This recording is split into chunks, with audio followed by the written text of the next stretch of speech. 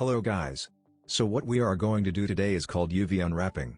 To apply a 2D texture to a 3D model, we need to unwrap the 3D model so it can be laid out flat. Firstly, we need to hold Ctrl and press A to bring up the Apply menu.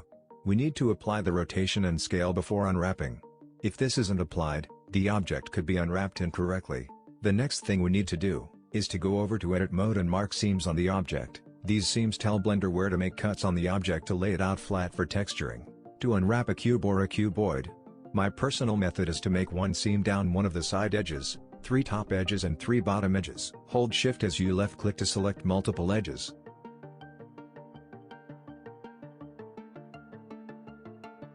Hold Ctrl and press E for the Edge menu, then click Mark Seams. Let's select part of the object in Edit mode, and press L. This will select every part of the object.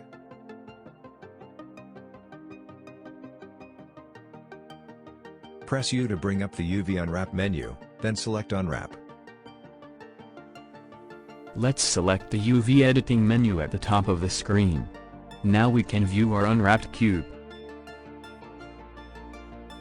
Thank you for watching. Please like and subscribe.